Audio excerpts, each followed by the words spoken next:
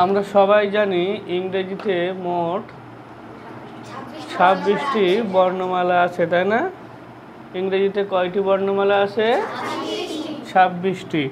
ইংরেজিতে 26টি বর্ণমালা আছে, তাই 26টি বর্ণ আছে। এই 26টি বর্ণের ভিতরে 5টি কি বলো?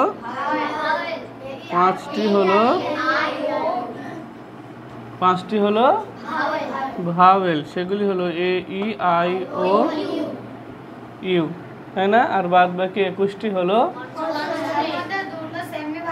কনসোন্যান্ট, তাই না? আর 2টি হলো সেমি ভাওয়েল। কয়টি সেমি ভাওয়েল? 2টি হলো সেমি ভাওয়েল, ডব্লিউ এবং ওয়াই। এই 2টি হলো আমাদের সেমি ভাওয়েল, ঠিক না? তাহলে আমরা যদি প্রথম থেকে ভালো করে বলতে চাই, এভাবেই বলতে হবে যে ইংরেজিতে মোট 26টি বর্ণ আছে বা বর্ণমালা আছে, তাই না? কয়টি? 26টি। 26টি বর্ণমালার ভিতরে ভাওয়েল কয়টি? 5টি। কি কি? এ, ই, আই, ও, ইউ।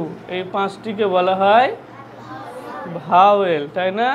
বাদ বাকি 21টি হলো কি বলো? কনসোন্যান্ট, তাই না? বা ব্যঞ্জন বর্ণ। ভাওয়েল মানে হলো স্বরবর্ণ আর কনসোন্যান্ট মানে হলো ব্যঞ্জন বর্ণ।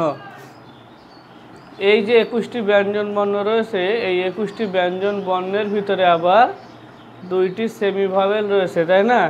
কি কি? ডব্লিউ এবং ওয়াই। এই 2টিকে বলা হয় সেমি ভাওয়েল। সেমি ভাওয়েলের কাজ কি?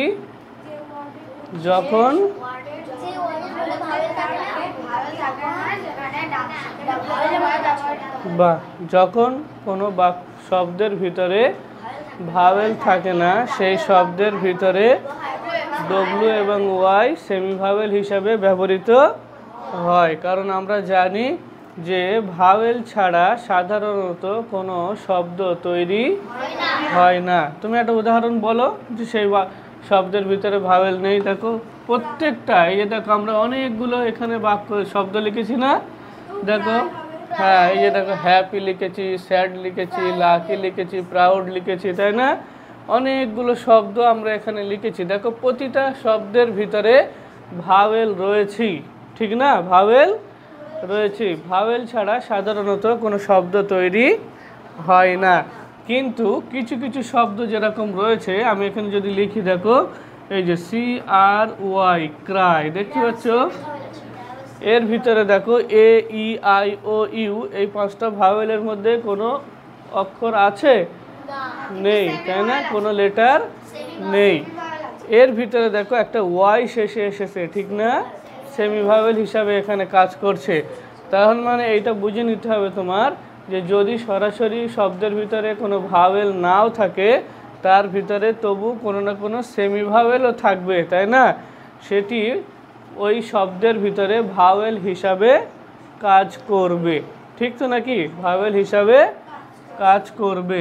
তাহলে ভালো হয় ইংরেজিতে এই যে এ থেকে জেড পর্যন্ত যে বড় হাতের অক্ষর বলি আমরা, এ থেকে জেড পর্যন্ত যে বড় হাতের অক্ষর বলি, এই এ থেকে জেড পর্যন্ত বড় হাতের অক্ষরগুলিকে বলা হয় ক্যাপিটাল লেটার্স। কি বলা হয়? Capital letters. এটা আমাদের ভালো করে মনে রাখতে হবে, এটাকে বলা হয় ক্যাপিটাল লেটার্স, মনে থাকবে। আর আমরা যে ছোট হাতের অক্ষর লিখি না, এ থেকে জেড পর্যন্ত, এইটাকে বলা হয় স্মল লেটার, তাই না? এইটা আমাদের একটু ভালো করে মনে রাখতে হবে যে ইংরেজিতে কিছুটা স্মল লেটার আছে আর কিছুটা ক্যাপিটাল লেটার আছে, তাই না? ইংরেজিতে এ থেকে জেড পর্যন্ত যখন আমরা বড় হাতের অক্ষরে লিখি তখন সেটিকে বলা হয় ক্যাপিটাল লেটার, যখন ছোট হাতের লিখি তখন সেগুলিকে বলা হয় স্মল লেটার। যাই হোক, আগের দিন আই দিয়ে কিছু বাক্য বানিয়েছিলাম, তাই না? যে আই অ্যাম হ্যাপি, আমি হই খুশি, এইভাবে কি করেছিলাম? কিছু বাক্য বানিয়েছিলাম, কিন্তু আজকে আমরা পুরো পার্সনের ছকটা এখানে লিখেছি। তোমরা যদি একটু বোর্ডের দিকে তাকাও তাহলে সবাই বুঝতে পারবে যে এখানে পুরো পার্সনের ছকটা লেখা হয়েছে, ঠিক না? দেখো, আমরা জানি আমি, আমরা, এটি কি পার্সন? First person. এখানে দেখো উপরে যেটা আমি সেটা হলো সিঙ্গুলার মানে এক বচন, আর আমরা এটি হলো প্লুরাল মানে বহু বচন। তারপরে দেখো এখানে তুমি, তোমরা, তাই না? তুমি, তোমরা, এটি হলো কি? Second person. Second person. তুমি হলো সিঙ্গুলার আর তোমরা হলে প্লুরাল। ঠিক এমনভাবেই দেখো সে, তাহারা, এই সে এটা থার্ড পার্সন, এটা হলো সিঙ্গুলার ফর্ম, এটা হলো প্লুরাল ফর্ম। তাহলে আমাদের পার্সনের ছকটা সবার বোঝা গেল? পার্সনের ছকটা একটু তাড়াতাড়ি বলো সবাই। আই, উই, ইউ, ইউ, হি, দে, এটি হলো আমাদের পার্সনের ছক। যদি আমরা বাংলায় বলি তাহলে বলতে হয় আমি, আমরা, তুমি, তোমরা, সে, তাহারা। এই জায়গাটায় আমি দেখো তোমাদের বোঝার সুবিধার্থে এইভাবে লিখে দিয়েছি যে আমরা আয়ের পরে সবসময় কি বসাই? এম বসাই। এটা আমরা সবাই জানি, তাই না? আয়ের পরে সব সময়ের জন্য আমরা এম বসাই, যে কোনো টেন্সের ক্ষেত্রেও আমরা আয়ের পরে সবসময়। তারপর দেখো উই, উই মানে হলো আমরা, তাই না? উই মানে আমরা। উইয়ের পরে আমরা সাধারণত কি বসাই? আর বসাই। উইয়ের পরে আমরা আর বসাই। তারপর দেখো ইউ, ইউ যেখানেই থাক না কেন সবার ক্ষেত্রে আমরা আর বসাই, তাহলে ইউ আর, তাই না? তারপরে আবার দেখো তোমরা, সেই ইউ হয়, সেখানেও আমরা ইউ এর পরে সবসময় কি বসাই? আর বসাই। হি হলো থার্ড পার্সন। এই যে দেখো এটা ফার্স্ট পার্সন, এটা সেকেন্ড পার্সন, এটা থার্ড পার্সন, তাই না? এই থার্ড পার্সন সিঙ্গুলার, এটা আমাদের ভালো করে মনে রাখতে হয়, ঠিক না? অনেক জায়গায় এটা কাজ করে বেশি, তাই তো নাকি? আর যত গোলমাল পাকায় সবসময় এই থার্ড পার্সন সিঙ্গুলার ফর্মটা, ঠিক না? ওই জন্য এটাকে আমাদের ভালো করে চিনে রাখতে হবে, তাই তো? যেন কোথাও গুলিয়ে না যায়। থার্ড পার্সন সিঙ্গুলার, এটা এই যে হি হতে পারে, অথবা সি হতে পারে, অথবা ইট হতে পারে, অথবা কোনো ব্যক্তির নাম হতে পারে। মূল কথা হলো আমি, এই যে আমি আর তুমি বাদে পৃথিবীর সব কিছুই দেখো থার্ড পার্সন, ঠিক না? এবার যদি সেটা একটা হয় তাহলে সেটা সিঙ্গুলার, যদি একের অধিক হয় তাহলে সেটি প্লুরাল, তাই না? দেখো যদি আমি বলি রহিম, কি বলি? রহিম। তোমরাই বলো তো, এই যে রহিম, এইটা কি একজনের নাম? তো এ কি থার্ড পার্সন সিঙ্গুলার না সিঙ্গুলার নয়? কেন সিঙ্গুলার হয়েছে? কারণ দেখো এই যে আমি আর তুমির মধ্যে এই রহিম পড়ছে না। পড়ছে বলো? আমি আর তুমির মধ্যে রহিম পড়ছে না। তাহলে হ্যাঁ, আমি আর তুমির মধ্যে যদি না পড়ে, যদি আমরা বলি মুন, কি বলি বলো? মুন। মুন মানে হলো চাঁদ। দেখো তো এটাও থার্ড পার্সন সিঙ্গুলার না? এটা আমি আর তুমির মধ্যে পড়ছে? পড়ছে না, তাহলে এটাও থার্ড পার্সন সিঙ্গুলার। যদি আমি বলি সান, এটাও থার্ড পার্সন সিঙ্গুলার। তাহলে এটা আমাদের ভালো করে বুঝে নিতে হবে যে পৃথিবীতে আমি আর তুমি বাদে সবাই হলো থার্ড পার্সন। এবার সে যদি একজন হয় বা একা হয় তাহলে সেটা হয় থার্ড পার্সন সিঙ্গুলার, বাদ বাকি হয় প্লুরাল। এটা সবাই বুঝতে পেরেছো? চলো ঠিক আছে, আমি পরেরটা। এইবারে দেখো, তাহলে আমরা যদি আজকের পার্সনের ছক দিয়ে সুন্দরভাবে বাক্যগুলো বানাতে চাই তাহলে কত সুন্দর হয় দেখো। আমি যদি বলি আমি হই খুশি, আই অ্যাম হ্যাপি। যদি বলি আমরা হই খুশি, উই আর হ্যাপি। যদি বলে তুমি হও খুশি, ইউ আর হ্যাপি। যদি বলে তোমরা হও খুশি, ইউ আর হ্যাপি। যদি বলা হয় সে হয় খুশি, হি ইজ হ্যাপি। তাহারা হয় খুশি, তাহলে বলতে হবে দে আর হ্যাপি। দেখো কত সুন্দরভাবে আমরা অনেকগুলো বাক্য বানানো শিখছি না আস্তে আস্তে। হ্যাঁ, ঠিক এমনভাবেই আবার যদি আমরা বলি স্যাড মানে দুঃখিত, স্যাড মানে হলো দুঃখিত। এবার আমরা তাড়াতাড়ি বলবো, আমি হই দুঃখিত, আমরা হই দুঃখিত, তুমি হও দুঃখিত, তোমরা হও দুঃখিত, সে হয় দুঃখিত, তাহারা হয় দুঃখিত, দে আর স্যাড। বা ভেরি গুড। দেখো কত সুন্দরভাবে আমরা অনেকগুলো বাক্য বানাচ্ছি না একদম। তারপরে আমরা লিখেছি দেখো লাকি। লাকি মানে হলো ভাগ্যবান। আমরা অনেক সময় এরকম বলি না যে তুমি হও ভাগ্যবান, তাই না? মাঝে মাঝেই বলি এরকম, বা সে হয় ভাগ্যবান। তাহলে এবার আস্তে আস্তে আমাদের এগুলো ইংরেজিতে বলা অভ্যাস করতে হবে। তাহলে আমি যদি বলি আমি হই ভাগ্যবান, আই অ্যাম লাকি। আমরা হই ভাগ্যবান, উই আর।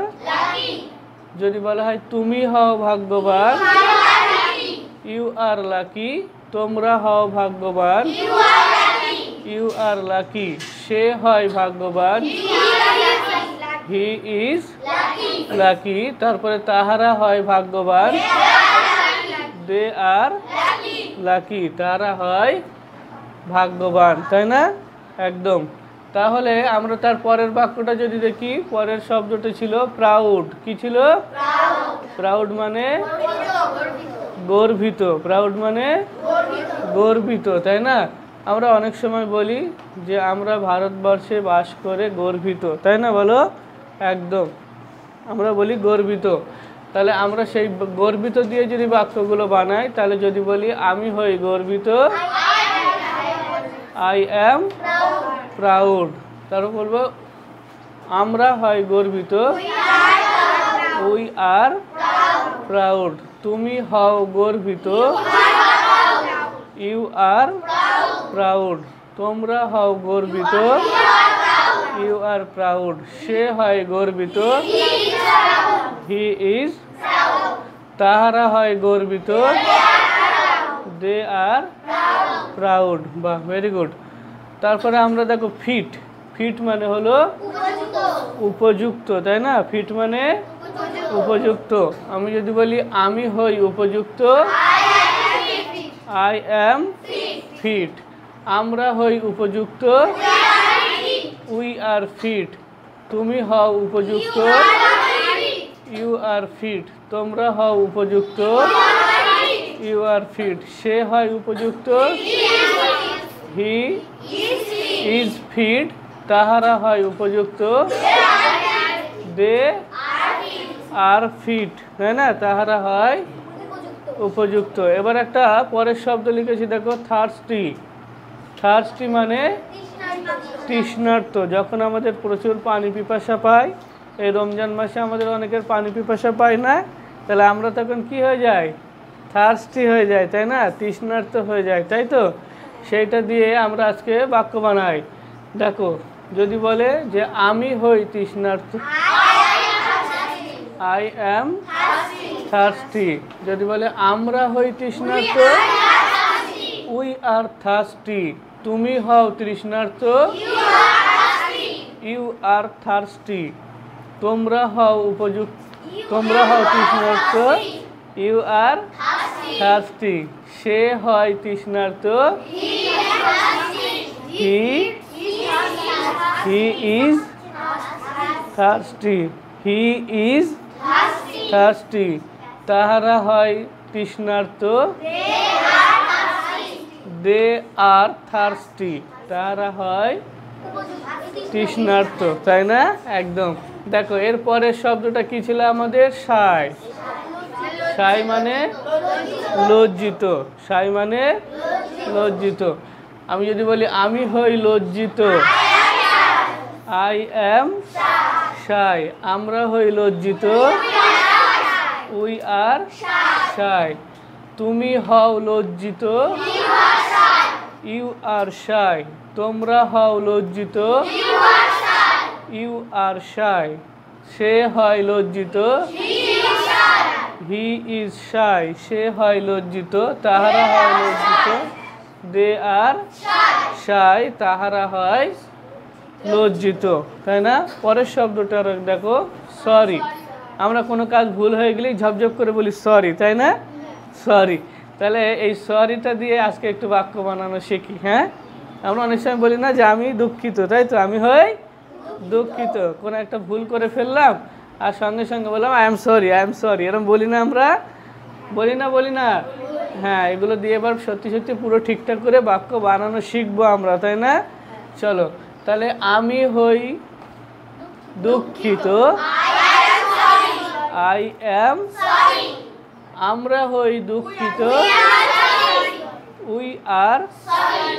তুমি হও দুঃখিত, ইউ আর সরি। তোমরা হও দুঃখিত, ইউ আর সরি। সে হয় দুঃখিত, হি ইজ সরি। তাহারা হয় দুঃখিত, দে আর সরি। এরপরের শব্দটা দেখো, সিক। সিক মানে অসুস্থ। আমরা অনেক সময় বদমাইশি করে বলি যে আজকে স্কুলে যাব না, আমি অসুস্থ, তাই না? তাই তো? এক এক সময় আমাদের পেটে কুনকুন করে, ইচ্ছা করে পেটে কুনকুন করে, ইচ্ছে করে স্কুলে যাব না বলে, তাই না? বলো। হ্যাঁ, একদম পেটে কুনকুন করে, আমরা বলি আজকে আমার পেট কুনকুন করছে, যন্ত্রণা হচ্ছে, স্কুলে যাব না। বদমাইশি করে করে এরকম বলি স্কুল কামাই করার জন্য। তো সেই সিক মানে হলো অসুস্থ। তাহলে আমি যদি বলি আমি হই অসুস্থ, আই অ্যাম সিক। আমরা হই অসুস্থ, উই আর সিক। তুমি হও অসুস্থ, ইউ আর সিক। তোমরা হও অসুস্থ, ইউ আর সিক। সে হয় অসুস্থ, হি ইজ